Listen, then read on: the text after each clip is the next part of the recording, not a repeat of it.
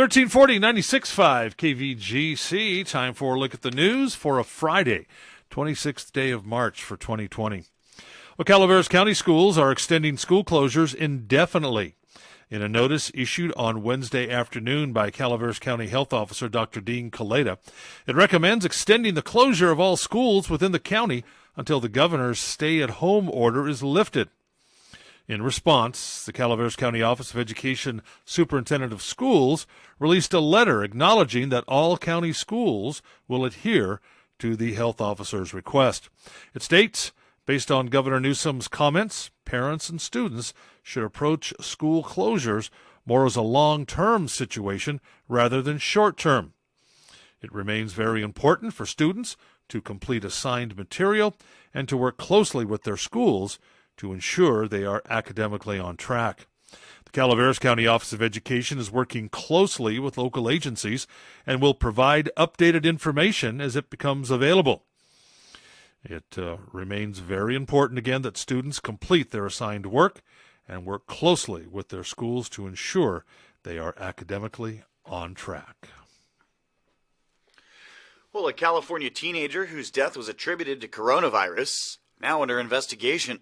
As we reported yesterday, it was thought to be the first U.S. death of a person under 18 from the virus, but L.A. County officials are now challenging that distinction, saying they are no longer including a 17-year-old boy from Lancaster in the tally of coronavirus deaths until a precise cause of death is determined.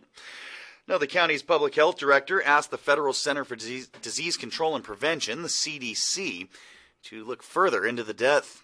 While the child tested positive for coronavirus, there were extenuating circumstances that also pointed to an alternative diagnosis. It had been reported the teen had been hospitalized with respiratory problems and died from septic shock related to the virus. Now, in his address last night, Governor Newsom criticized county officials for the backtrack, noting, we've all been reminded in this moment, it's not just speed, it's accuracy that must be front and center. A report last week by the CDC found no coronavirus deaths in the U.S. among people 19 and under, which accounted for less than 3% of all hospitalizations in that group. And mid-morning heavy rains and hail contributed to a two-vehicle crash that sent one driver and two juvenile passengers to a Modesto trauma center. According to the CHP, the collision occurred just after 10 Wednesday morning on Highway 12 east of Double Springs Road, involving David Alexander of McCallamy Hill and Janaea Thorbrager of Valley Springs. Reportedly, both drivers were traveling between 40 and 45 miles an hour as Alexander was headed west on 12 and Thorbrager was eastbound.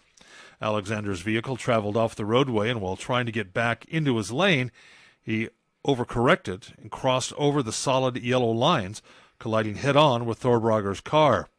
Along with Thorbrager, who suffered major injuries, responders transported her two juvenile passengers, ages 10 and 3, to the Memorial Medical Center, in Modesto for treatment of minor injuries.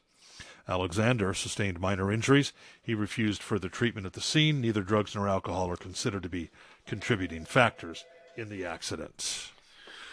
And ACES Waste Services, an essential business under the state stay-at-home order, will continue providing Amador County with critical sanitation services with some modifications to protect the public and employees in accordance with state and local health advisories.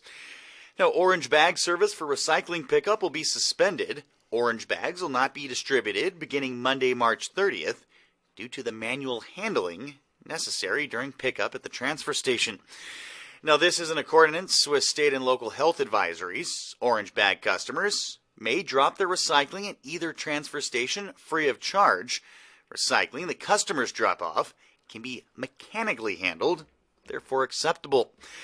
Now, ACE's recycle carts, trash, and yard waste curbside pickup will continue as usual. However, drivers will not pick up any extra items placed outside the bins since they require manual handling. All items must be contained in an ACES cart or bin. ACES transfer stations in Pine Grove and Ione are remaining open. Operators will not be able to help unload. Now, the ACES business office currently closed to the public until further notice for protection of public and employees.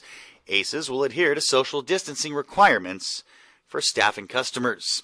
Now, customers are encouraged to pay their bills one of 3 easy ways: by mail, telephone, or online at aceswaste.com.